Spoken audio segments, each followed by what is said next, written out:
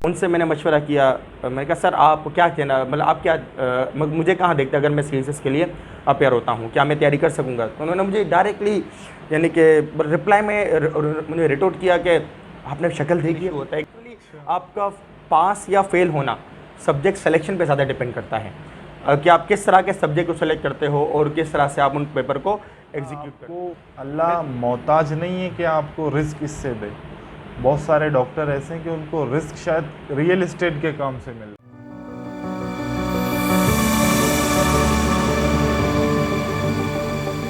बिस्मिल्लाहिर्रहमानिर्रहीम, अस्सलाम वालेकुम। मेरा नाम नईम आस्कानी है। आज मेरे साथ मेरे बहुत ही अज़ीज़ दोस्त ज़ोएब हैं। ज़ोएब एसआईटी में पढ़ा चुके हैं, हम डिग्री कॉलेज में पढ़ाते हैं। रिसेंटली इन्होंने सेक्शन ऑफिसर पीसीएस के थ्रू क्लियर किया, उसके लिए हम उनको मुबारकबाद देते हैं। दूसरी बात ये है कि हम आज ज़ोएब भाई को बुलाने का मकसद ये था कि वो अपना एक्सपीरियंस शेयर करें, जिससे हमारे जो देखने वाले हैं उनको कुछ इन्फॉर्मेशन मिले कि किस तरह उन्होंने ये पास किया, बड़ी मेहनत के साथ, बग़ैर किसी एकेडमी के और बग़ैर किसी ज़्यादा मेहनत के। क्या वो स्ट्रेटजीज़ हैं जो उन्होंने अपनाई। मिलते हैं ज़ोएब भाई के साथ। ज़ोएब कैसे हैं आप? अल्हम्दुलिल्लाह, आप सुनाएं कर खैरियत ज़ोएब से भाई, हैं? सबसे पहले आपको बहुत बहुत मुबारक हो, आपने पीसीएस के थ्रू सेक्शन ऑफिसर का टेस्ट क्लियर किया। नेक्स्ट के लिए हम दुआगो हैं कि आपका इंटरव्यू भी क्लियर रहे। जज़ाकल्लाह। कैसा रहा ये सफ़र? सफ़र तो आप समझ लें कि अप्स एंड डाउन्स बहुत सारे इसमें आए, और उन्हीं अप्स एंड डाउन्स को लेके उनको एक्सेप्ट करके कुछ खामियां, कुछ खूबियां, कुछ अच्छाइयाँ, कुछ बुराइयाँ, सब आपको लेके चलनी पड़ जाती हैं। और क्या अभी फील कर रहे हैं इस अचीवमेंट के बाद? लोगों ने मुबारकबाद दी और उम्मीद थी कि क्लियर करेंगे या नहीं? क्या था टेस्ट के बाद, क्या दिल के क्या सिचुएशन थी, और रिज़ल्ट आने के बाद क्या सिचुएशन है? देखिए, सबसे पहले तो एक तो लोगों का बहुत बहुत शुक्रिया कि उन्होंने इतनी, यानी कि क्योंकि मुझे नहीं पता था एक्चुअली, मैं सेंटर में क्लासेस ले रहा था, तो सडनली मैंने अपना रिज़ल्ट चेक किया। तो क्योंकि रिज़ल्ट एक तो अचानक से अनाउंस हुआ, एक तो अचानक की जो एक्साइटमेंट होती है वो तो आपको पता है, एक तो एक्सपेक्टेड चीज़ होती है कि वो होना है, ठीक है, उसमें उतनी उतनी एक्साइटमेंट नहीं होती, लेकिन अचानक से वो चीज़ आ जाती है हाँ, तो उसमें एक्साइटमेंट डबल हो जाती है। बिल्कुल। तो जब मैंने अपना रिज़ल्ट देखा और वो पीसीएस का रिज़ल्ट था, तो मतलब पाकिस्तान के one of the prestigious examinations होते हैं सीएसएस एंड पीसीएस, तो वहाँ पे क्लियर करना मतलब मेरे हिसाब से मेरे इलाके के लिए, मेरी फैमिली के लिए, मेरे लिए सबसे ज़्यादा एक यानी कि खुशी का समा था। और फिर लोगों ने जैसे कंग्रेचुलेट किया, मैंने तो किसी को बताया नहीं पर्सनली, क्योंकि जितने भी लोग जिन्हें पता चला सोशल मीडिया के थ्रू पता चला, जैसे लोगों ने देखा कि अभी पोस्ट आ चुके हैं रिज़ल्ट, तो उन्होंने शेयर करना शुरू कर दिया, तो मुझे कॉल्स आने लगी। उसी टाइम मैं क्लासेज ले रहा था, तो कॉल्स मैसेजेस का सिलसिला शुरू हो गया था। तो यानी कि एक अच्छी फीलिंग आई, और एक अच्छे तरीके से मुझे फैमिली के क्या तासुरात थे? फैमिली माशाल्लाह आप समझ लें कि मुझसे ज़्यादा उन्हें खुशी थी जब मैंने उन्हें सिर्फ अपना एक पोस्ट शेयर कर दिया, जो रिज़ल्ट का पिक्चर आया था, तो उस पिक्चर को जब मैंने शेयर किया तो माशाल्लाह अम्मी बहुत ज़्यादा मेरे खुश हुई, मेरे भाई बहुत ज़्यादा खुश हुए, जो फैमिली, जो कज़न्स वगैरह थे, सिस्टर थे, माशाल्लाह वो भी, यानी कि मतलब एक अचीवमेंट थी जो यानी कि एक देर से इस ट्राइवेशन था। पिछले तकरीबन 2019 से लेकर अब तक 2.5 साल का जो अरसा गुज़रा है, ये यानी कि आप समझ लें कि मेरी कॉम्पिटिटिव एग्ज़ाम्स में तैयारियों में गुज़रा, तो ये सब कुछ फैमिली के सामने था, दोस्तों के सामने था। तो डेफ़िनेटली मेरे दोस्त बहुत ज़्यादा खुश हुए, मेरे स्टूडेंट्स थे, उनमें एक खुशी। और मैं अपने सेल्फ़ की जो बात करूँ तो आप ये समझ लें कि मुझे एक दिन तो यकीन नहीं आया कि मैं पीसीएस मैंने पास किया। क्लियर कर लिया।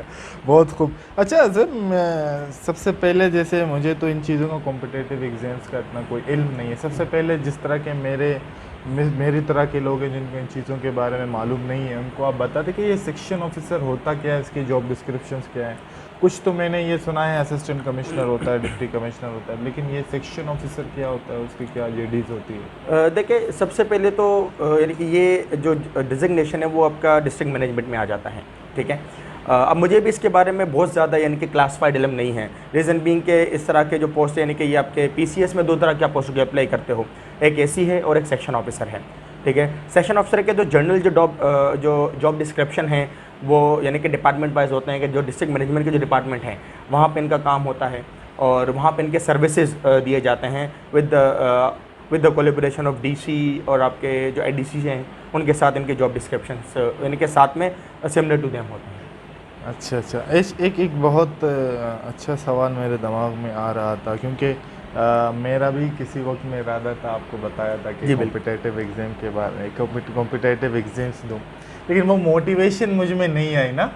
2 दिन एक दिन आपके साथ बैठा तैयारी की, वो मोटिवेशन मैंने लूज़ कर दी। शायद उसके पीछे कोई वाई नहीं था मेरे पास कि मैं क्यों करूं। वो जितना स्ट्रांग होगा वो बंदा उसको ना उसके पीछे होगा, बिल्कुल। लेकिन शायद मेरे पास उतना कोई स्ट्रांग वाई में डेवलप नहीं कर पाया। तो आपके पास क्या मोटिवेशन और क्या वाई थी कि भाई आपने ये सफ़र कैसे आपने शुरू किया? आपने कॉमर्स के आप स्टूडेंट रहे के यू से, और आप ये कमीशन के में आ गए, ये क्या क्या मोटिवेशन क्या बनी आप? देखिए, अगर मैं आपको अपनी थोड़ी बैकग्राउंड के बारे में बताऊं इस हवाले से, तो इसमें ये था कि जिस दिन मेरा लास्ट पेपर था मास्टर्स का, लास्ट सेमेस्टर का लास्ट पेपर था, तकरीबन 29 नवंबर 2018 को मेरा पेपर था। तो उस वक्त CSS का सेकंड इंटेक आया। यूजुअली CSS का सिर्फ एक इंटेक आता है जो कि अक्टूबर में अनाउंस होते हैं, लेकिन 2019 के अटैम्प्ट में 2 दफ़ा इसके इंटेक्स आए थे। तो जब सेकंड इंटेक आया तो मैंने एक दफ़ा मतलब 5 मिनट के लिए सोचा। मेरे पेपर देने के बाद जो 29 को मेरा पेपर हुआ, फिर मेरा एडवर्टाइज मेरे सामने से गुजरा। मैंने सोचा कि यार अभी तो मार्च तक तो मुझे मार्कशीट मिलने से रही, मार्च के बाद मुझे मार्कशीट मिलेगी, एंड देन उसके बाद ही मैं किसी जॉब के लिए अप्लाई कर सकूँगा। अब ये 3-4 महीने मेरे पास फ्री थे, तो मैंने कहा जब माइंड बना मेरा कि चलो ट्राई कर लेते हैं। मेरा एक्चुअली इतना ज़्यादा तो मुझे आइडिया भी नहीं था कि CSS कितना मतलब प्रेस्टीज एग्ज़ाम तो है, लेकिन कितना ज़्यादा मेहनत की ज़रूरत पड़ती है, 12 सब्जेक्ट होते हैं उसमें, और उसके लिए क्या स्ट्राइव करनी पड़ती है। तो फिर मेरी हमेशा एक आदत है, मैं अपने टीचर से और अपने एल्डर से मशवरा लेता हूँ। तो फिर मैं गया टीचर्स के पास सजेशन लेने के लिए। तो 1-2 टीचर्स ने तो मुझे नॉर्मली यानी कि उन्होंने कहा कि ठीक है, करना चाहते हो तो कर लो, वरना बड़ा मुश्किल है। फिर एक टीचर के पास मैं गया, उन्होंने मुझे डायरेक्टली यानी कि कह दिया कि यार तुम फेल हो जाओगे, तुम फेल हो जाओगे। फिर मैंने कहा सर अब थोड़ा मोटिवेट तो करें मुझे। हाँ, ये सब मुश्किल है, बात समझ आती है, लेकिन मोटिवेशन बहुत ज़्यादा रोल प्ले करता है। तो मतलब उनसे मुझे एक तो लगा कि यार इन्होंने ऐसा क्यों कहा मुझे कि आप फेल हो जाओगे। इसके बाद फिर मैं एक और टीचर के पास अपने गया, तो उनसे मैंने मशवरा किया। मैंने कहा सर आप क्या कहना, मतलब आप क्या मुझे कहाँ देखते अगर मैं CSS के लिए अपेयर होता हूँ, क्या मैं तैयारी कर सकूँगा? तो उन्होंने मुझे डायरेक्टली यानी कि रिप्लाई में मुझे रिटोर्ट किया कि आपने शक्ल देखी है अपनी। अच्छा। तो मुझे ये बात बहुत ज़्यादा मेरे को हर्ट हुआ मैं इस बात से कि फिर मैंने उन्हें सिर्फ इतना जवाब दिया कि सर मेरे ख्याल से तो शक्ल से बंदा CSS पास नहीं करता, मेहनत है उसके लिए। लेकिन बस मैंने उसको ज़्यादा स्ट्रेस नहीं किया, ना मैंने उन्हें कोई जवाब दिया। बस मैं घर गया, मैंने इस बात पे बहुत सोचा। ये 2 नेगेटिव जो चीज़ें मेरे सामने आई, Here तो comes the definition of negative and positive जी बिल्कुल, ये motivation. एक्चुअली नेगेटिव, क्योंकि जब मोटिवेशन की जब हम बात करते हैं तो नेगेटिव भी है और आप इसे बेहतर एलिब्रेट कर जी, सकते बिल्कुल, हैं बिल्कुल। कि पॉजिटिव, कि बहुत सारे लोग हैं वो पॉजिटिव मोटिवेशन से जो ना खुद को मोटिवेट करते हैं। मेरा एक स्ट्रेंथ ये है कि मैं नेगेटिव मोटिवेशन जो मुझे मिलते हैं तो मैं वो अपने स्ट्रेंथ बना लेता हूँ कि अगर लोग कह रहे हैं कि नहीं तो मुझे अब करना है। हालांकि मेरा इतना स्ट्रॉन्ग विल नहीं था CSS पे जाने का, लेकिन ये 2 वाक़यात जो हुए उसने मुझे इतना झंझोड़ के रख दिया कि मैंने कहा अभी मुझे करना है, अब मुझे प्रूफ करना है कि आई कैन डू दिस। ठीक है, तो शायद वो एक मोटिवेशन बनी कि मैं अपेयर हुआ CSS के लिए। 2 महीने मैंने सिर्फ लगाए, और 2 महीने में मैंने इतनी तैयारी की कि मेरे 9 पेपर क्लियर हो गए 12 में से, और माशाल्लाह जो पेपर क्लियर हुए थे वो अच्छे मार्क्स से क्लियर हुए। तो उसके बाद मुझे एक मोटिवेशन मिली कि अगर मैं 2 महीने में 9 पेपर क्लियर कर सकता हूँ, तो अगर मैं थोड़ा और स्ट्राइव करूँ तो मैं शायद कि आगे जाके 4 से 5 महीने 1 साल में 12 के 12 पेपर भी क्लियर कर सकता हूँ। क्योंकि जो मेरे पेपर रुके थे वो बिल्कुल यानी कि एक स्लाइट मार्जिन से रुके थे। तो एक अच्छा है कि 2 महीने में अगर आप मेहनत करते हो विदाउट एनी सजेशन, मेरे पास कोई सब्जेक्ट सिलेक्शन का मशवरा नहीं था, मेरे पास कोई और बाकी रिसोर्सेज नहीं थे। मेरे पास सिर्फ एक वर्ल्ड टाइम मैगज़ीन और दूसरा इंटरनेट से मैंने जो इन्फॉर्मेशन हासिल की, क्योंकि मेरे पास दिन बहुत कम थे, 1 हफ्ते मुझे अप्लाई भी करना था और 12 दिसंबर लास्ट डेट था। तो फिर मैंने जैसे तैसे करके बस अप्लाई कर दिया, एंड देन चलो पेपर रुके, लेकिन उस रुकने के बाद बजा मुझे एक आपकी बात करो, 1 हफ्ते में आपने अप्लाई करना था, तो उस दौरान में सब्जेक्ट सिलेक्शन का प्रोसेस से कैसे आप गुजरे? देखिए सब्जेक्ट क्योंकि सिलेक्शन, ये एक बड़ा क्रिटिकल मसला होता है। देखिए आपके दिमाग में जी। पहले था, या तो आपने इसमें बड़ा तगोदो मसला हुआ, या ये इसके बारे में थोड़ा सा बताएं। देखिए बिल्कुल आपने सही कहा कि एक बड़ा क्रिटिकल इशू होता है। एक्चुअली आपका पास या फेल होना सब्जेक्ट सिलेक्शन पे ज़्यादा डिपेंड करता है कि आप किस तरह के सब्जेक्ट को सेलेक्ट करते हो और किस तरह से आप उन पेपर को एग्जीक्यूट करते हो। बिल्कुल यही मसला हुआ मेरे साथ। मैंने 2 ऐसे ऑप्शनल में सब्जेक्ट लिए हैं जो मेरा तकरीबन at the 11th our decision था, और वो मैंने सिर्फ उनके 5 पेपर्स देखे और इंटरनेशनल के बारे में कुछ इन्फॉर्मेशन जितनी मुझे मिल सकी, जो पूरी एडिक्वेट इन्फॉर्मेशन नहीं था, लेकिन फिर भी उन्हीं के ब्याह पे मैं अपीयर हुआ, और उसका मतलब उसका खामियाजा मुझे भुगतना पड़ा कि मेरे 2 ऑप्शनल पेपर रुक गए, ठीक है, क्योंकि मैंने वो इसने इतनी जल्दबाजी में दिया कि मुझे ना तो उन दोनों पेपर्स के बैकग्राउंड्स थे और ना ही मैंने उनके लिए कोई खातिर ख्वाह तैयारी की थी। लेकिन फिर भी एक में मुझे तकरीबन 24 मार्क्स मिले और एक में 27 मार्क्स मिले। यानी कि तैयारी इतनी नहीं थी, इतनी इन्फॉर्मेशन नहीं था मेरे पास। मैंने और इसी वजह से कहते हैं कि फिर वहाँ से मुझे एक आइडिया मिला कि अब जो नेक्स्ट अटैम्प्ट के लिए जाऊँगा, मुझे ऑप्शनल सब्जेक्ट अच्छे से डिज़ाइन करके, मशवरा करके, अपने जितने भी जो दोस्त यारे तो वहाँ से मशवरा करके तो मुझे अच्छे से ऑप्शनल सब्जेक्ट चूज़ करने हैं। तो वो मतलब वो भी एक तरह की लर्निंग थी। अच्छा, मुझे ये बता दें, मुझे तो इस बात का इल्म, फर्स्ट अटैम्प्ट में आपने जो सब्जेक्ट सेलेक्ट किए, सेकेंड अटैम्प्ट में आप चेंज कर सकते हैं? बिल्कुल चेंज कर सकते हैं। अच्छा। यानी कि अगर आपके जैसे CSS में भी 3 अटैम्प्ट्स हैं और PCS में भी 3 अटैम्प्ट्स हैं, अगर आपके वहाँ पे variety of subject, different groups होते हैं, आप वहाँ से एक एक दो सब्जेक्ट सेलेक्ट कर सकते हैं। तो वहाँ जाके फॉर एग्जांपल अगर आपके जो है ना फर्स्ट में इंडो पाक हिस्ट्री है, आप सेकंड में आपने कहा कि मेरा रुक गया है या स्कोरिंग नहीं है, देन आपने स्विच करके US हिस्ट्री में चले गए, ठीक है, इस्लामिक हिस्ट्री में है, तो आप कर सकते हैं इजीली, इसका कोई मसला नहीं होता। आप हर अटैम्प्ट में अपने सब्जेक्ट चेंज कर सकते हैं जो आपके ऑप्शनल हैं। अच्छा, ऐसे ये वाकई इसमें फ़र्क है? अच्छा, मैंने देखा है कि एक कंपलसरी में इस्लामियत का कौन सा सब्जेक्ट है? इस्लामिक स्टडीज़, इस्लामिक, और इसमें इसी में एक ऑप्शनल में है इस्लामिक हिस्ट्री है। बिल्कुल। तो क्या ये एक बेनिफिट होगा कि हम जो है ना, क्योंकि कंपलसरी में हमारे पास इस्लामिक स्टडीज़ है और हम ऑप्शनल में इस्लामिक हिस्ट्री ले लें, ये अच्छी बात है यानी, या इन दोनों में थोड़ा फ़र्क है? चीज़ें वही हैं इन दोनों में या फ़र्क है इस्लामिक हिस्ट्री में? देखिए, चीज़ें इस्लामिक स्टडीज़ की हम बात करें तो वहाँ भी हिस्ट्री का टच आता है। इस्लामिक हिस्ट्री में हम खलीफा राशिदीन के बारे में पढ़ते हैं, हज़रत उमर के बारे में, हज़रत बकर बारे में, उनको डिफरेंट को डायनेस्टीज़ के उन्होंने किस तरह से काम किया, वो इस्लामिक स्टडीज़ का हिस्सा हैं। और इस्लामिक मैनेजमेंट के किस तरह से उन्होंने मैनेज किया, एडमिनिस्ट्रेशन किया, और वही सारी चीज़ें आप यहाँ भी पढ़ते हो। तो एक्चुअली CSS या PCS के लिए हमेशा आप ऐसा सब्जेक्ट सेलेक्ट करें जो कि ओवरलैप कर रहा हो। ओवरलैप का मतलब ये है कि जैसे कि अभी आपने एग्जांपल दी कि एक कंपल्सरी में तो करना ही करना है आपको इस्लामिक स्टडीज़, अब उसके साथ साथ जब आप ऑप्शनल में आते हैं तो आपकी इस्लामिक हिस्ट्री है, अब उसमें तकरीबन 30 to 40% कोर्स ओवरलैप कर रहे हैं। तो ये एक बेहतर चॉइस है आपके लिए कि आप ऐसे सब्जेक्ट का इंतखाब करें जो कि ओवरलैप कर रहे हों। जैसे कि अब इसमें बहुत सारे सब्जेक्ट्स हैं, जैसे एनवायरमेंटल साइंसेज हैं, वो GSA में ओवरलैप कर रहा होता है, उसका तकरीबन 20 से 30% एनवायरमेंटल साइंसेज का आपको GSA में तैयारी करना होता है। तो इससे क्या होगा कि अगर आप क्या करेंगे, GSA आपको तैयारी तो करनी है, आपने वो तैयारी कर ली तो आपके ऑटोमेटिकली एनवायरमेंटल साइंसेज का 30 to 40% तैयार हो गया। अच्छा। और इस तरह से एक और एग्जांपल मेरे पास है, जैसे कि हमारा पाकिस्तान अफेयर है, पाकिस्तान अफेयर का 50% कोर्स सिमिलर है इंडो पाक हिस्ट्री का। यानी कि अगर आप पाकिस्तान अफेयर की तैयारी करोगे तो आपके इंडो पाक हिस्ट्री के 2 सवाल तो तैयार हो गए ऑलरेडी, क्योंकि दोनों वो ओवरलैप कर रहे हैं। तो और जितने भी एक्सपर्ट्स हैं जो कि जो CSS या PCS के लिए एक्सपर्टीज़ देते हैं, तो वो हमेशा इस बात को वो यानी कि कहते हैं, इस बात पर जोर देते हैं कि आप ऐसा सब्जेक्ट को सेलेक्ट करें जो ओवरलैप कर रहे हों। इससे क्या होगा कि आप एक सवाल पढ़ोगे वो दोनों पेपर में आपका काम आ रहा है।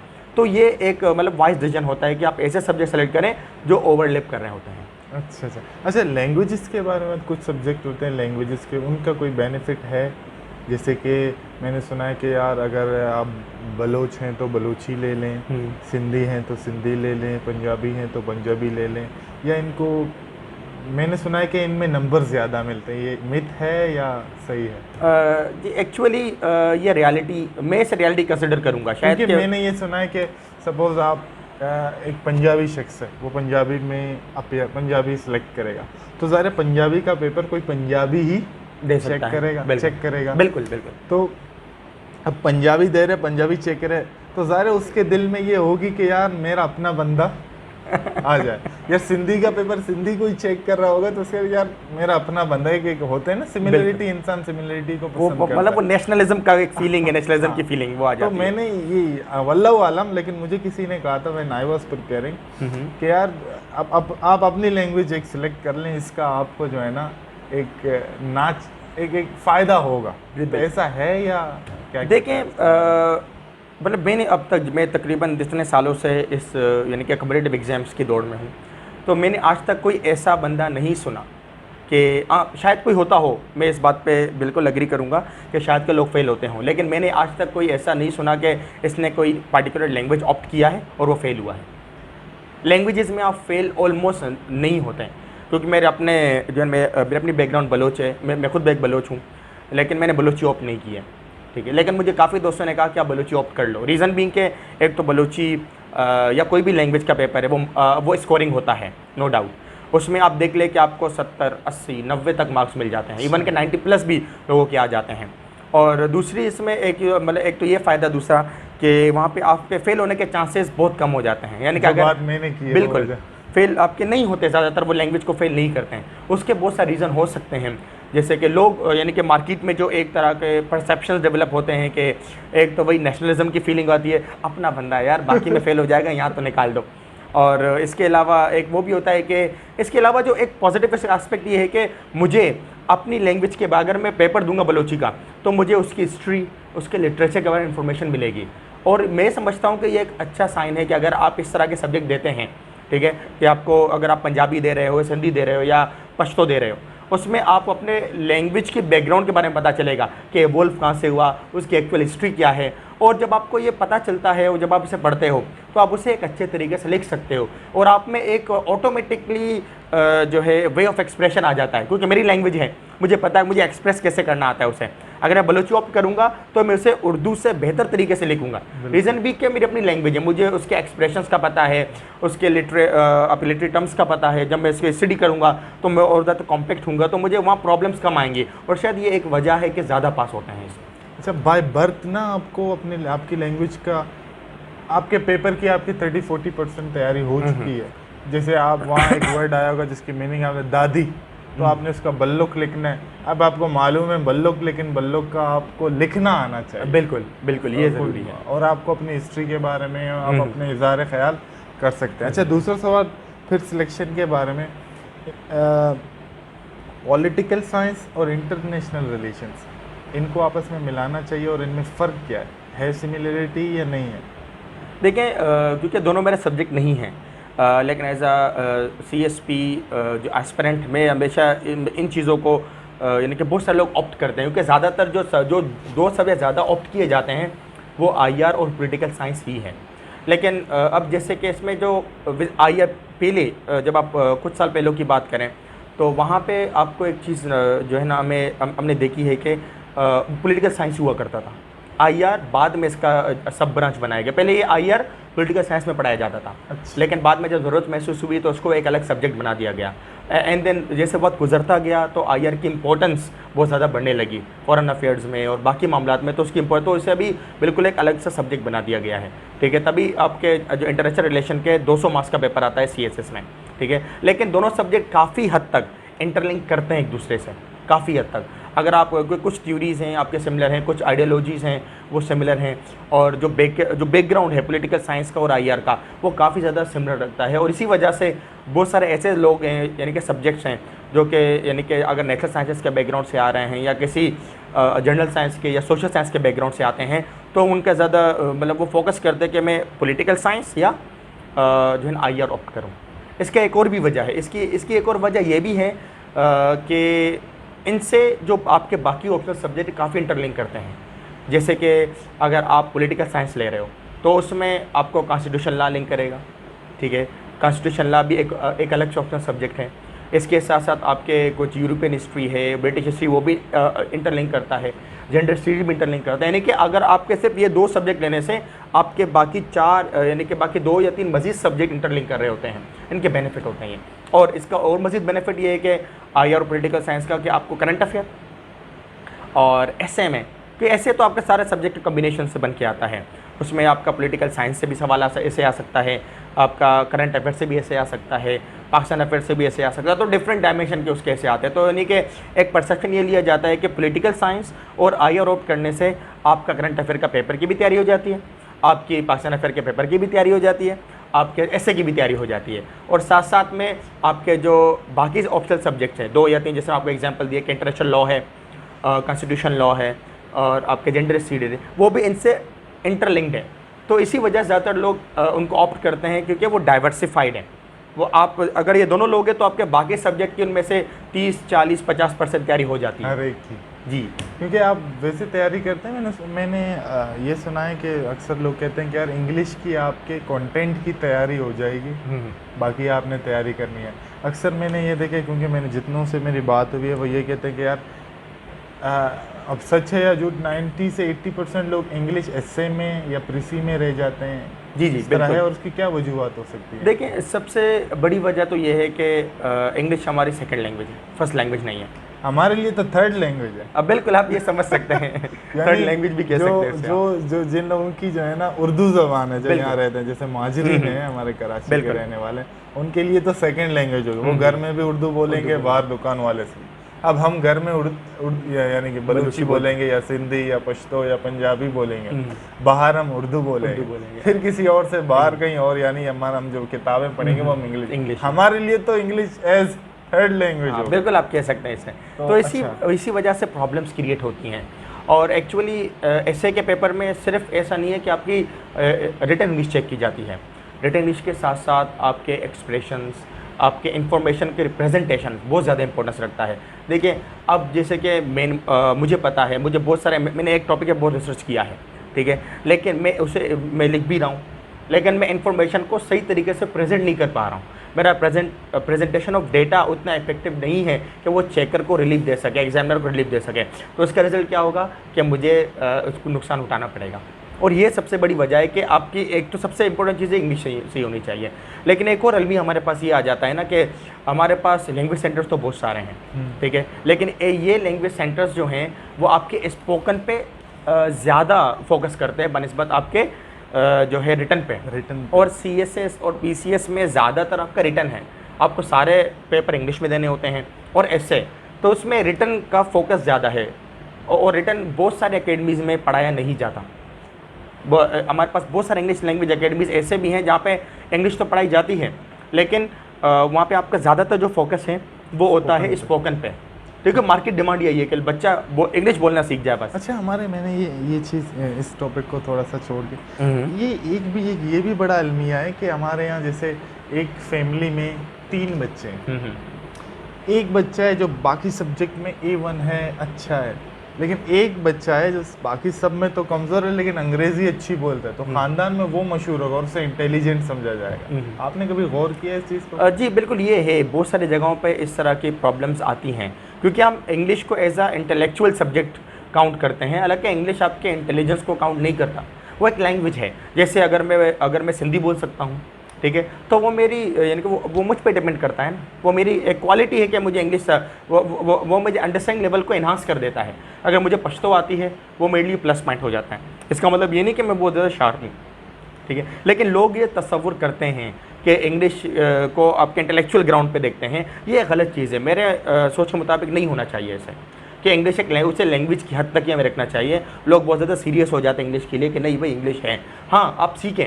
हाँ, अगर आप इंग्लिश इसलिए सीख रहे हैं कि लोग मुझे इंटेलेक्चुअल समझे या मुझसे लोग इम्प्रेस, क्योंकि एक फितरी अमल है ना, इंसान या इम्प्रेस करता है या इम्प्रेस होता है। बिल्कुल, हम ना गोरों से बहुत इम्प्रेस हुए बिल्कुल ये है, इसीलिए हम दूसरों को इम्प्रेस करना चाहते हैं। अब किसी ने कोई बड़ी गाड़ी ली हुई है ना, अब उसकी ज़रूरत एक ऑल्टो से भी पूरी हो सकती है, बेशक उसकी ज़रूरत एक विड से भी हो सकती है, लेकिन उसने बहुत बड़ी गाड़ी ली है, उसके पीछे उसकी वजह वो ज़रूरत नहीं है, उसके पीछे है वो लोगों को इम्प्रेस करना चाहता है, शोहरत है। लेकिन अगर आप किसी को इम्प्रेस करना चाहें, आप अपने इंटेलेक्ट से इम्प्रेस करें, बिल्कुल, अपनी बातों से इम्प्रेस करें, अपने अखलाक से इम्प्रेस करें, आपके अंदर कुछ नहीं। अब आपको पता है मुझ में ऐसा कुछ है नहीं जिससे लोग मुझसे इम्प्रेस हों, लेकिन आप क्या करते हैं, फिर आप अच्छे कपड़े, अच्छी गाड़ी, अच्छा घर, इस चीज़ से लोगों को इम्प्रेस करना चाहते हैं। तो मेरे ख्याल से इंग्लिश भी लोग, बहुत सारे लोग, ये जो बरसाती मेंढक होते हैं ना, जिनको हम हमारे इलाके में कहते हैं सोडे का जोश बिल्कुल बिल्कुल, सोडे का जोश होता है ना, जो जून जुलाई की छुट्टियों में आते हैं, ये असल में ये वही होते हैं जिनको ये होता है कि भाई हम थोड़ा सा सीख के और जो है ना थोड़ा सा टशन मारे कि भाई मुझे भी अंग्रेजी, और हम गोरों से इतना इम्प्रेस हुए हैं कि हम उन्हीं की तरह बोलना चाहते हैं। बिल्कुल, और अगर कोई उनकी तरह बोलता है तो हम उससे भी इम्प्रेस होते हैं, क्योंकि हम उनसे इम्प्रेस हैं। अब उनकी तरह कोई बोले तो हम उससे भी इम्प्रेस हो जाएंगे। तो मेरे ख्याल से उस चीज़ को इतना उनसे मरूब नहीं होना चाहिए। इंग्लिश सीखने को मैं बहुत मैं अपने फैमिली वालों को भी ये कहता हूँ कि भाई अंग्रेज़ी सीखो, क्योंकि आपने सफ़र करना होगा। बिल्कुल, अंग्रेज़ी सीखो क्योंकि आपने किताबें पढ़नी, आपके लिए अच्छा है, लेकिन किसी को इम्प्रेस करने के लिए ना सीखो। बिल्कुल। तो ये एक वजह ये है कि जैसे आपने कहा कि रिटन आप जब पढ़ाते हैं, ये अब्दुल खालिक वाले पढ़ाते हैं, बशीर वाले पढ़ाते हैं, आपके इंस्टीट्यूट में पढ़ाते हैं, क्योंकि आपके काम को मैं बहुत फॉलो कर रहा होता हूँ, मुझे ये बहुत अच्छा लगता है कि आप लोग रिटन, एक तो रिटन पर बहुत तवज्जो देते हैं, दूसरा ये कि आप उन बच्चों के काम को मोटिवेट भी करते हैं। बिल्कुल एक मोटिवेशन मिलती है कि भाई आज मेरा अगर डॉन में छपा है, सर ने मुझे अप्रिशिएट किया है, बिल्कुल एक लेटर छप गया, फिर आहिस्ता आहिस्ता वही लोग हैं जिनको मैंने देखा है जो कि कॉलम लिख रहे होते हैं। बिल्कुल। तो ये जो शख्स अब कॉलम लिखेगा तो मेरे ख्याल से उसके लिए फिर वो इंग्लिश का पेपर पास करना आसान हो सकता है। कदर बनस्बत दूसरों जिनकी रिटर्न वीक है, हाँ। ठीक है, उनके लिए कंपैरेटिवली आप अगर देखें उन्हें, तो मतलब उन्हें एडवांटेज हासिल है। हाँ। पास में नहीं कहूँगा यहाँ पे, हाँ। ठीक है, कि पास थोड़ा करना आसान हो समथिंग, जाएगा। हाँ, हाँ, बिल्कुल, पास करना। क्योंकि अगर मैंने एक पास कह दिया तो लोग ये समझेंगे कि इंग्लिश सीख लो पेपर पास हो जाएगा, ऐसा बिल्कुल नहीं है। क्योंकि मैंने ये देखा है कि क्योंकि आपको वो CSS में जब आप जाएंगे, कॉम्पिटिटिव एग्जाम किसी में भी जाएंगे, वो आपसे अंग्रेज़ी में बात नहीं करेगा। बिल्कुल। अब हमारे जैसा बंदा जो एक असिस्टेंट कमिश्नर या कमिश्नर एक सर्कुलर जारी करता है, हम तो उसको पढ़ नहीं पाते, समझ नहीं पाते। बिल्कुल। तो क्योंकि आपने आगे जाके उस तरह के सर्कुलर जारी करने, बेशक, तो आपको तो की रिटन अच्छी होनी चाहिए। बिल्कुल, स्पोकन लैंग्वेज आपके लिए ज़रूरी है, और वहाँ पास करने के लिए वो आपकी लिखाई देखेगा, ना कि आपसे बातें करेगा। बिल्कुल। तो जो लोग अब डॉन में जो कॉलम लिखता है, अब डॉन हर एक कॉलम को तो नहीं छापता, वो सिलेक्ट करता है। अब जो डॉन में कॉलम लिख रहा है, तो मेरे ख्याल से उसकी अंग्रेज़ी इतनी कदरे बेहतर होगी कि वो थोड़ी तैयारी के बाद अंग्रेज़ी को पास कर सकता है। बिल्कुल, ये बात है, बिल्कुल है। तो अच्छा, एक और मैं आपसे बात पूछना चाहता हूँ, बैकग्राउंड का कितना फ़र्क पड़ता है? सपोज एक शख्स है वो अमेरिका से पढ़ के आया, दूसरा शख्स है उसने मेडिकल किया है, तीसरा शख्स है जिसने इंजीनियरिंग की है, और चौथा एक शख्स है जिसने मैट्रिक भी नकल से पास किया है, इंजीनियरिंग भी नकल से पास किया है, ग्रेजुएशन भी नकल से पास किया। अब उसे ख्याल आया है कि मुझे, चले उनको छोड़ दें, एक शख्स की हम एग्जांपल लेते हैं कि जिसने ये सारी चीज़ें नकल से पास की। अब उसे ख्याल आया कि मुझे कॉम्पिटिटिव एग्ज़ाम्स में अपेयर होना है, तो क्या उसके लिए ये सही, क्योंकि अटेम्प्ट भी 3 हैं, 3 CSS के हैं, 3 PCS के हैं, क्या उसके लिए ये सही फ़ैसला है या वो जाके कोई दुकान चला ले? देखें, सबसे पहली बात है कि मैं जो समझता हूँ ना, कि हर बंदा अगर मतलब कि ये तासुर गलत होता है कि अगर आपने अपने बैकग्राउंड से कुछ भी नहीं पढ़ा और अभी आप नहीं कर सकते, आप कर सकते हैं, आप यानी कि अभी जाके अपियर हो सकते हैं अगर आप मेहनत करते हैं, बैठ के और पढ़ते हैं और टाइम देते हैं इस चीज़ को, देन आप डेफिनेटली कर सकते हो। शायद कि आपने जो है यानी कि पहले अपने आपके स्टडिकल बैकग्राउंड बहुत वीक है, ठीक है, लेकिन आप कर सकते हो, ठीक है, कर सकना वो मतलब कि ये है कि आप हर बंदा कर सकता है इसे। लेकिन दूसरी बात ये कि अब किसे एडवांटेज हासिल है, ठीक है, तो मैं मतलब ये मेरा पर्सनल व्यू है, बहुत सारे लोग इसे शायद नेगेट भी करें, लेकिन मैं ये समझता हूँ कि आपके जो स्ट्रॉन्ग एकेडमिक्स, ये बहुत ज़्यादा काउंटेबल है आप किसी भी कंपेरेटिव एग्ज़ाम में जाके बैठने और एग्ज़ाम अटेंड करने में। अभी इसका मतलब मेरे बोलने का मकसद क्या है, जैसे कि आपकी स्कूलिंग कितनी अच्छी हुई है, नंबर 1, उसके बाद आपने कॉलेज में कितना अच्छा पढ़ा, फिर आपके बैचलर्स देन मास्टर्स तो हम करके आते हैं, ठीक है। अब ये पूरा जो आपका पूरा एकेडमिक बैकग्राउंड है, अगर एकेडमिक बैकग्राउंड आपका स्ट्रॉन्ग है, ठीक है, यानी कि आपको ज़रूरत नहीं पड़ी कि यार मैं चीटिंग करके पेपर दूँ या मैं या कोई ऐसा इलीगल सोर्स या इलीगल वे का इस्तेमाल करूं और इससे मैं पास हो जाऊं, आपको ज़रूरत ही नहीं पड़ी, इसका मतलब आप पीछे पढ़ के आए हो, ठीक है। और जितना मैंने फील किया है ना, बाज़ औक़ात जब आप पेपर दे रहे होते हैं ना, तो आपकी एकेडमिक, जब आपको आपकी जो हार्डवर्क काम नहीं आती ना जहाँ पे, तो आपका जो बैकग्राउंड एकेडमिक वो बहुत ज़्यादा काम आता है, ठीक है। एक दफ़ा मेरे साथ यही हुआ कि CSS का मैं एक पेपर दे रहा था, तो पेपर यानी क्या, क्योंकि CSS का वो सिलेबस प्रिस्क्राइब देते हैं और सिलेबस का काफ़ी ज़्यादा वाइड होता है, देन जब पेपर में हम बैठे की तैयारी तो हम करके गए थे और हर बच्चा करके जाता है, हर एस्पिरेंट करके जाता है तैयारी, लेकिन कभी पेपर वो आउट दे देते हैं। यानी कि आउट इन सेंस के देखिए, आउट का मतलब ये नहीं कि सिलेबस से बाहर आया है, आउट का यानी कि हम जो परसेप्शन देते हैं कि जो मैंने पढ़ा है वो नहीं है तो आउट है, ठीक है, लेकिन एक्चुअली वो सिलेबस से ही देते हैं। हाँ, तो कभी कभी ऐसी चीज़ें पूछ लेते हैं जो कि कॉमनली मतलब कॉमन ग्राउंड में पूछे नहीं जाते हैं, ठीक है, तो हम कहते हैं कि पेपर आउट आया है। यानी पास्ट में ये उनका नहीं रहा है, ट्रेंड नहीं रहा है इनका, ठीक है, कि हमने क्योंकि हमारा एक जो एस्पिरेंट हम जो प्रिपरेशन करते हैं वो हम जो ना पास पेपर्स निकालते हैं 5 साल के 10 साल के, ठीक है, हम उन्हें देखते हैं कि उसमें क्या ट्रेंड वो फॉलो कर रहे हैं, हम उन्हीं के मुताबिक अपनी तैयारी करते हैं, ठीक है, सिलेबस को देखते हैं, सिलेबस के मुताबिक अपनी तैयारी करते हैं।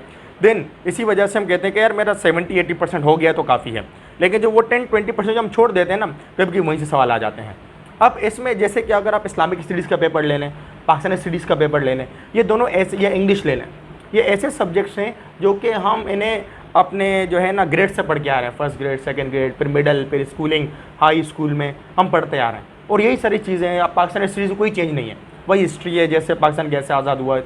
लेकिन अब देखिए कभी कभी जो सवाल हैं, हम जो कॉमन सवाल हम छोड़ देते हैं, अगर आपने स्कूल में या कॉलेज में उसे पढ़ा है और पेपर में वही सवाल आ जाता है, तो आप अगर थोड़े अपने माइंड पे फोकस करें तो आप उसको इवन के छोड़ेंगे नहीं, अटेम्प्ट करके आएंगे। और अगर एक सवाल 20 नंबर का है और आप उसे अटेम्प्ट करके आए हैं तो एटलीस्ट आपको 10 नंबर तो मिल जाने ना, ये आपका एडवांटेज हो जाता है। तो इसी वजह से मैं कहता हूँ आपका एकेडमिक जो है वो प्लस पॉइंट है आपके लिए। इसी तरह आपने अभी हम बैठे थे, आपने जिक्र किया कि इस्लामियात में सवाल आया था, तो वो ताइफ का सफ़र, बिल्कुल, आपने कहा कि सवाल आया था कि नबी अकरम सल्लल्लाहु अलैहि वसल्लम की ज़िंदगी में रेजिस्टेंस बहुत आई थी, लेकिन उन्होंने सब्र का मामला रखा।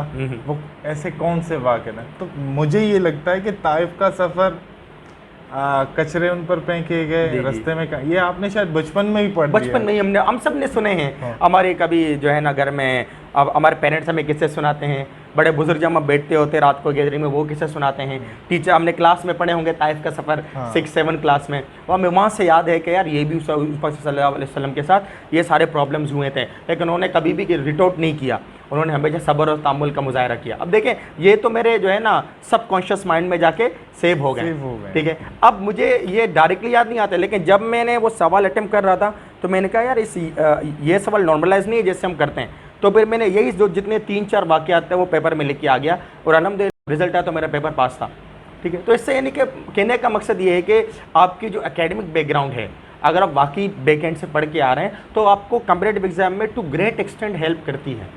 अच्छा, अगर सपोज अब तो वो जो शख्स है वो एस्पिरेंट है, पीछे पढ़ तो नहीं लिया, अब तो वो पीछे नहीं जाके 1 क्लास में नहीं जाते, तो अब उसे नहीं अपेयर होना चाहिए या फिर अपेयर होना चाहिए? देखिए अपेयर, मैं कहूँगा कि अपेयर होना चाहिए, ठीक है। कोई बात नहीं, आपने पहले नहीं किया, अभी कर सकते हैं। हाँ, खुद पे भरोसा रखें, यकीन रखें, खुद को मोटिवेट करें, क्योंकि जितना मैं समझता हूँ ना कि मुझे कोई मोटिवेशन स्पीकर मोटिवेट नहीं कर सकता जब तक कि मैं खुद अपने ज़ात से मोटिवेट होना ना चाहूँ। मेरे पास बड़े बड़े अच्छे तगड़े मोटिवेशन स्पीकर मेरे सामने आए और मुझे मोटिवेट कर रहे हैं, मैं जब वीडियो देख रहा हूँ या ऑडियो सुन रहा हूँ तब तो मैं मोटिवेट हो जाऊँगा, अभी तो यार करना है, लेकिन वो 5 से 10 मिनट बाद, आधे घंटे बाद आपकी मोटिवेशन डाउन हो जाएगी। रीज़न बीइंग के सेल्फ मोटिवेटेड नहीं है आप। असल में ये कि मोटिवेशन के लिए ना आपके पास एक स्ट्रॉन्ग वाई होना चाहिए। बिल्कुल, ये मैं आपको कहूँ CSS करके आप कर सकते हो, आप में जज्बा होना चाहिए, आप में ये होना चाहिए, हर बंदा कर सकता है, ये वो दुनिया पहाड़ तोड़ सकता है, फला बंदे ने ये तोड़ दिया, तुम भी कर सकते हो, लेकिन यू डोंट हैव वाई कि मैं क्यों करूं। ये जो वाई है ना आपके पीछे, वो आपको धक्का देती है। बिल्कुल, जो वो वाई, आप इसीलिए कहते हैं कि पर्पस अपना पहले बनाओ, फिर विजन बनाओ। बिल्कुल, पर्पस ऑफ विजन हो ना, आपने जो विजन बनाया है उसके पीछे पर्पस क्या है। बिल्कुल, बहुत सारे लोग कहते हैं कि भाई मुझे सर डॉक्टर बनना है, मैं क्यों डॉक्टर बनना? वो कहते हैं सर लोगों की खिदमत। आज 4 सवाल, क्योंकि कोचिंग के लिए जवान आते हैं, 4 सवाल पूछ लिए ना आपने, वो वहीं पर ही अपना जो है ना पैशन चेंज करते हैं, फ्यूचर चेंज करते हैं। सर लोगों की खिदमत करनी है, अच्छा लोगों की खिदमत तो आप एज ए सोशल वर्कर भी कर सकते हो, और बेहतर तरीके से कर सकते हो, बेहतर तरीके से, अगर लोगों की खिदमत करनी है। यानी डॉक्टर ही क्यों बनना है? अब उनके पास एक स्ट्रॉन्ग वाई नहीं है। कोई भी एक ऑर्गेनाइजेशन विजन तो 2 लाइन का बनाती है, लेकिन उसके पीछे आप डॉक्यूमेंटेशन देखें कि व्हाई दिस विजन, तो उन्होंने 5 पेज का बनाया होगा, क्योंकि जितना स्ट्रॉन्ग आपका वाई होगा वो आपको उतनी ही मोटिवेशन देगा। बिल्कुल। बगैर किसी वाई के ज़ोएब, मैं समझता हूँ आप इस बात को जानते होंगे कि कोई भी मोटिवेशनल स्पीकर किसी को भी देखकर बिल्कुल आपको नहीं मिल सकती। नहीं। मोटिवेशन एक वक्त की होगी, बिल्कुल। लेकिन जब प्रेशर आएगा ना आपके ऊपर, जब आप आईआर की किताबें खोलेंगे और आपको मालूम नहीं है कि भाई जो है ना उसके साथ क्या ताल्लुकात है और क्या मेरे जैसा कोई बंदा होगा, तो आपका वो मोटिवेशन खुश करके टूट निकल जाएगा। जाएगा। बिल्कुल ये बात। लेकिन आपके पास एक वाई होगी, उसके बाद जब आप कुछ भी हो आप कहते हैं कि बस करना है, इसके पीछे वजह ये यार मैं ये देखना चाहता हूँ, तो आप उस चीज़ को कर लेंगे। अच्छा सर, एक और बहुत ही अहम सवाल है, वो ये कि लोग ये समझते हैं कि आपको भी शायद इस चीज़ ऐसी बातें सुनने को मिली होंगी कि यार बगैर एकेडमी के नहीं हो सकती। बिल्कुल। इसके पीछे क्या हकीकत है? क्योंकि एक मैंने देखा है कि एकेडमीज़ की तो बहुत ज़्यादा नहीं है, वो पैसे भी लेते हैं, आपका टाइम भी है, उसकी फ़ीसें भी बहुत ज़्यादा हैं। बगैर एकेडमी, आपने बगैर एकेडमी के किया या नहीं किया, और उसकी ज़रूरत पड़ी, मुश्किल पेश आया, बगैर एकेडमी के हो सकता है या नहीं हो सकता है? देखिए मतलब मेरा पहले दिन से यानी कि मेरी परसेप्शन है कि अगर एक ग्रेजुएट है, सही मानों में ग्रेजुएट है, वो पढ़ के आगे आया है, उसने मेहनत की है, वो उतना बीएस या मास्टर्स करके आया है, देन अगर वो बैठ के जो है कुछ अपने जो है ना स्ट्रेंथ को कैलकुलेट करे, वो बैठ के कंपैरेटिव एग्ज़ाम्स की तैयारी कर सकता है। हाँ, कुछ एरियाज़ हैं जहाँ पे आपको जो है ना आपको सजेशन की ज़रूरत पड़ती है, एक्सपर्ट्स ओपिनियन बिल्कुल एक्सपर्ट, तो उसके लिए आपके पास रिसोर्सेज हैं, आप किसी एक्सपर्ट से कांटेक्ट करके मशवरा ले सकते हैं। जैसे आपने अपना ऐसे एवेलुएट करवा दिया, ठीक है, तो आपने मॉक टेस्ट दे दिए हैं, ठीक है, तो वो आपकी प्रिपरेशन के जो है ना एरिया में आ जाते हैं। लेकिन ये तासुर बिल्कुल गलत है कि आप खुद से तैयारी नहीं कर सकते, कि only relying on academy I think is injustice with on self. क्या खुद से फिर ये नाइंसाफ़ी हो जाएगी ना कि आप बोलोगे यार अकेडमी मुझे पास करवाएगा। अकेडमीज़, मैं नहीं कहता अकेडमीज़ बुरे हैं, अकेडमीज़ अच्छे हैं। वो आपको, आप जब अकेडमी जाएंगे, आपको सबसे बड़ा बेनिफिट अकेडमीज़ का ये है कि आपको वहाँ पे एक तो क्या इन्वायरमेंट मिलेगा, ठीक है, आपको अच्छे जो है ना टीचर्स मिलेंगे, वो आपको सपोर्ट करेंगे, गाइड करेंगे, ठीक है, आपको ऐसी गैदरिंग बन जाएगी कि वहाँ पे सबका एक ही पर्पज़ है कि CSS या PCS करना है, ठीक है, आप एक दूसरे से शेयरिंग करोगे, कम्बाइंड स्टडी करोगे, वो अच्छा साइन है। लेकिन ये कहना कि एकेडमीज़ के बगैर इम्पॉसिबल है, देन मैं इसे डिनाई करूँगा, क्योंकि आज मैं आपके सामने बैठा हुआ हूँ, ठीक है, मैंने कोई एकेडमी ज्वाइन नहीं की। इस सिलसिले में मैंने जितने भी PCS की तैयारी की है अपने सेल्फ पे की है, घर बैठ के की है, अपने इसी रूटीन में, college, home tuitions and centre के साथ, इन सब की तैयारी मैंने इसी में की है। मैं सुबह कॉलेज जाता था, डिग्री कॉलेज जब मैं, और शाम में SIT में होता हूँ मैं, और उसके बाद मेरे 1-2 होम ट्यूशन है, वो भी मैं एडिशनल पढ़ाता हूँ। तो कैसे आपने मैनेज किया? देखिए मैं ये समझता हूँ कि अच्छा, बहुत सारे वो ये समझते हैं कि यार 6 महीने ना आपने एक कमरे में बंद रहना पड़ेगा, लेकिन मैं आपका सुनता हूँ, क्योंकि बहुत सारे शख्स यार ज़ोएब से मुझे अकाउंटिंग पढ़ना है, लेकिन ज़ोएब के पास टाइम नहीं होता, ज़ोएब यहाँ पढ़ाता है, वहाँ पढ़ाता है। मैं परेशान होता हूँ इस बात पे कि ज़ोएब यहाँ पढ़ाता है, वहाँ पढ़ाता है, तो खुद कब पढ़ता है?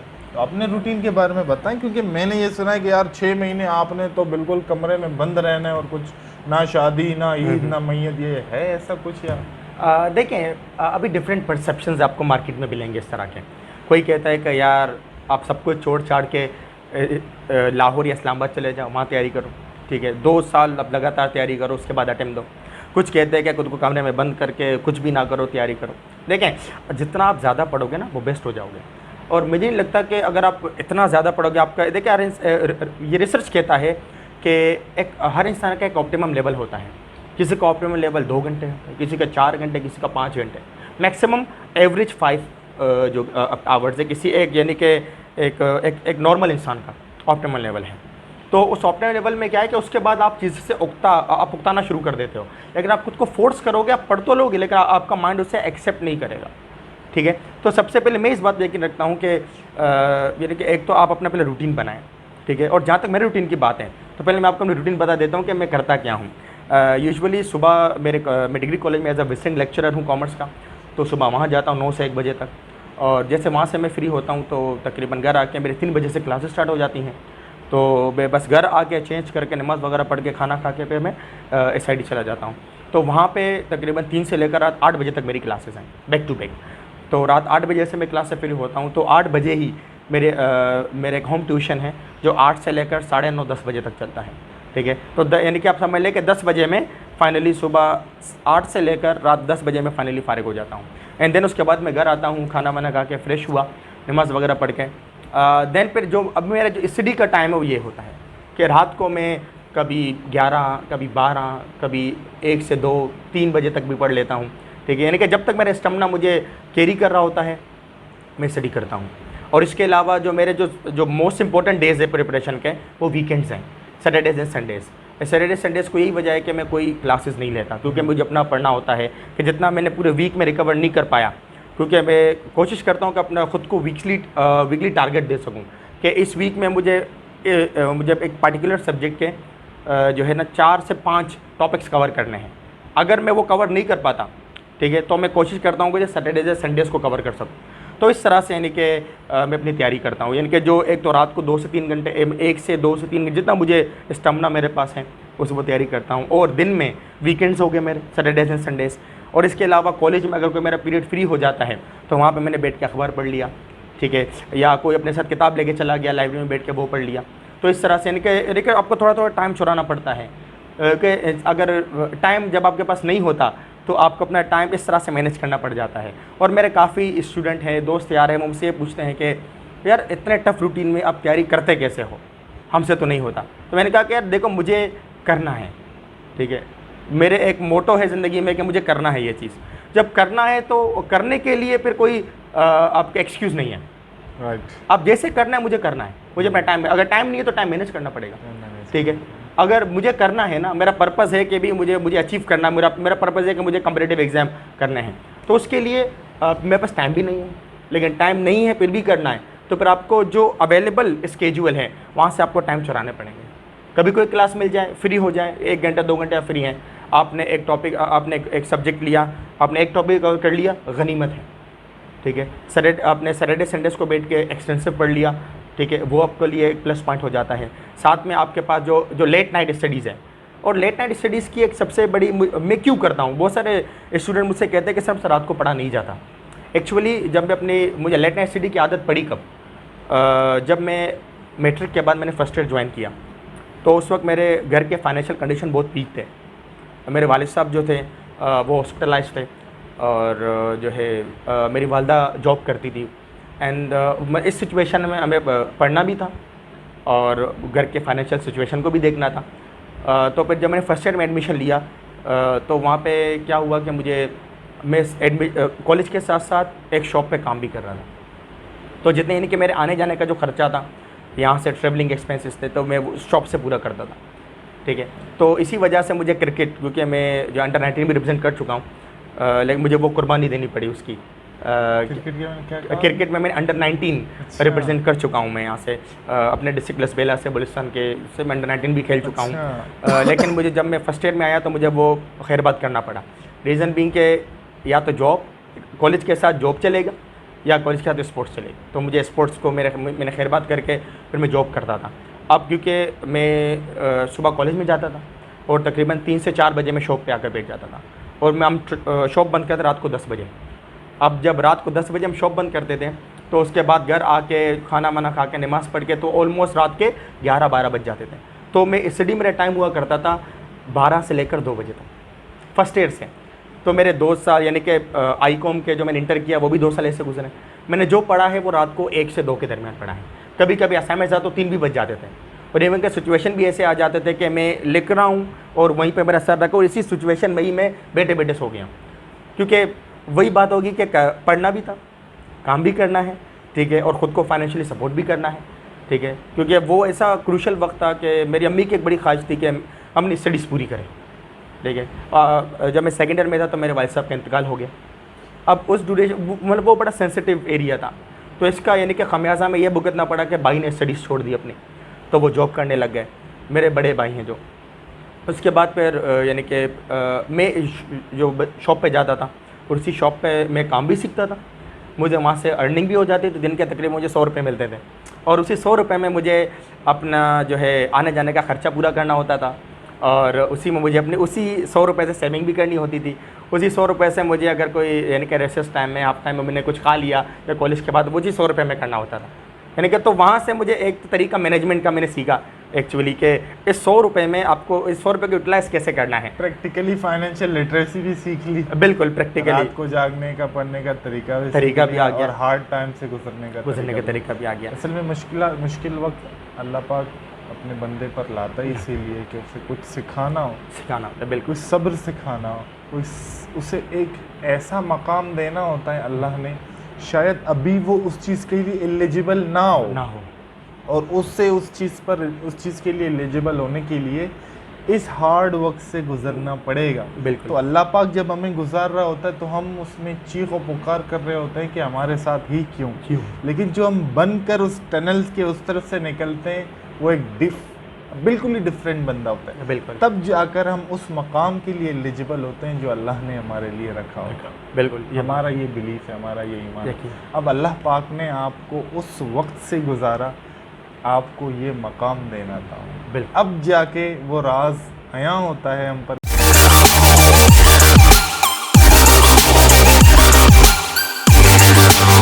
कि वाकई या अल्लाह बेशक वाकई करीम है, तो तूने हम पर कितना करम फरमाया। एक और मैं एक चीज़ शेयर करना चाहता हूँ, चूँकि मैंने अक्सर लोगों के इंटरव्यूज़ लिए हैं, मैं उनसे बातें करता हूँ जो कि CSS करना चाहते हैं या कोई भी कॉम्पिटिटिव एग्जाम। मैंने ये चीज़ देखी है कि वो लाल बत्ती के लिए करते हैं, वो पैसों के लिए करते हैं। मैंने यहाँ तक के अलमिया ये है कि मैंने पूछा है कि क्या यार आप करप्शन करोगे? तो उन्होंने कहा यार मैं कर ही इसीलिए रहा हूँ। अच्छा किस फील्ड में जाना है? मैं तो पुलिस में जाऊँगा।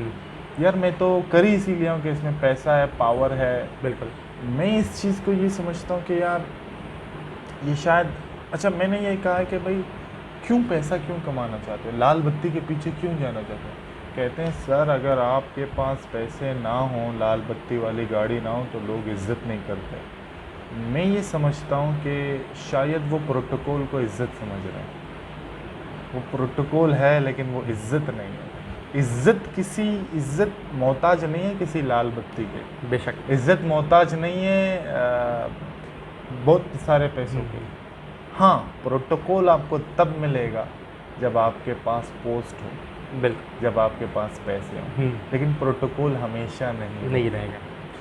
उनको शायद ये मिसकंसेप्शन है कि ये जो प्रोटोकॉल मिल रहा है वो प्रोटोकॉल है, वो इज़्ज़त नहीं है, वो उसकी वजह से। यानी अब एक बहुत अच्छा खूबसूरत शेर मुझे याद आ रहा है, वो कहते हैं कि वो जो लौट आए तो उन्हें कुछ कहना नहीं, बस देखना उन्हें गौर से, जिन्हें मंजिलों पे खबर हुई कि रास्ता कोई और था। यानी जब वो वहाँ पहुँचेंगे, जब उन्हें पता चलेगा यार ये, और जब प्रोटोकॉल मिलेगा और वो ख़त्म हो जाएगा, तब उन्हें पता चलेगा यार ये तो प्रोटोकॉल था। क्योंकि जब आप रिटायर होंगे तो वो गाड़ी, वो घर, वो बंगला, वो गार्ड, वो फ़ोन, वो टेलीफोन, वो जब आप ऑन पोस्ट होंगे तो आपके फ़ोन पे सारा डिपार्ट लरस जाएगा। लेकिन उसके बाद जब आप रिटायर होंगे तो कोई आपका फ़ोन नहीं उठाएगा, बेशक कोई आपकी इज्जत नहीं करेगा। ऐसे बहुत सारे लोग हैं। तो मैं ये समझता हूँ कि CSS और कॉम्पिटिटिव एग्ज़ाम के जितने भी एस्पिरेंट्स हैं, उनसे मेरी गुजारिश ये है कि इज़्ज़त को प्रोटोकॉल के साथ ना नापें, प्रोटोकॉल को इज़्ज़त ना समझें। आप जाएं तो इस नीयत से जाएं कि आपने वहाँ खिदमत करनी है। आप वहाँ जाएंगे तो लोग आपकी बात अच्छे से मानेंगे, अच्छे से समझेंगे। तो आप इस मुल्क को, आपको सिलेक्ट इसीलिए किया जा रहा है इस उम्मीद के साथ कि आप इस मुल्क और कौम के लिए अच्छे से काम करेंगे, ना कि इसलिए कि आप इसका गलत इस्तेमाल करेंगे पावर का, या इस गाड़ी का, या इस चीज़ का गलत इस्तेमाल करके करप्शन की एक वजह बनेंगे। ये नीयत ना रखें। अल्लाह मोहताज नहीं है कि आपको रिस्क इससे दे। बहुत सारे डॉक्टर ऐसे हैं कि उनको रिस्क शायद रियल एस्टेट के काम से मिल रहा है। अल्लाह इस चीज़ का मोहताज नहीं है कि आपने डॉक्टर बने तो डॉक्टर से ही आपको रिस्क दे। तो मेरी गुजारिश ये है कि इस नीयत के साथ ना जाएं। Protocol is something else. बहुत सारे ऐसे सियासतदान हैं कि यहाँ आ जाए, मैं और ज़ोएब खड़े हो जाएंगे बिल्कुल उनके लिए, लेकिन वो जब जाएंगे तो शायद हमको उनके पीछे उनको गालियाँ देंगे, इन्होंने इतनी करप्शन किया। तो वो उनके लिए इज्जत नहीं हुई, वो हुआ प्रोटोकॉल। प्रोटोकॉल। तो प्रोटोकॉल को इज़्ज़त ना समझें, अल्लाह आपको बहुत सारा माल देगा, बहुत सारे पैसे देगा अल्लाह। आप इज़्ज़त कमाएं, आप अच्छे। हमारे यहाँ एक डिप्टी कमिश्नर रहे हैं जिन्होंने इज़्ज़त कमाई है, एक ही आए हैं, बिल्कुल। एक आए हैं, वो इच्छा नाम बिल्कुल, था शायद बिल्कुल। उनका। बड़ी इज़्ज़त कमाई उन्हें है अब तक लोग उन्होंने। याद करते हैं। अब तक लोग याद करते हैं। हालांकि उन्होंने कोई बड़ा काम नहीं किया, उन्होंने वो किया जो उनका फ़र्ज़ बनता है, जो उन्हें करना चाहिए, जो उसकी हाँ। जॉब थी। जो वो किया जो उनको करना चाहिए था, सिर्फ वही करके अल्लाह ने उनको कितनी इज्जत दी। बिल्कुल। तो अल्लाह पाक हमें अपने पावर को गलत इस्तेमाल करने से बचाए आमीन। और सही इस्तेमाल करने की तौफीक अता फरमाए। ज़ोएब भाई, हम आपके लिए दुआगो हैं कि आपको इंटरव्यू में भी क्लियर करें, इंशाअल्लाह। और उम्मीद करते हैं आप इस माशरे के लिए एक अच्छे ऑफिसर साबित होंगे, इंशाअल्लाह। और अल्लाह आपको और आपके घर वालों को इसका अजर दे। आमीन। हमें हमारे लिए टाइम निकालने का बहुत बहुत शुक्रिया। थैंक यू जज़ाकल्लाह। So much. Thank you. अल्लाह हाफ़िज़।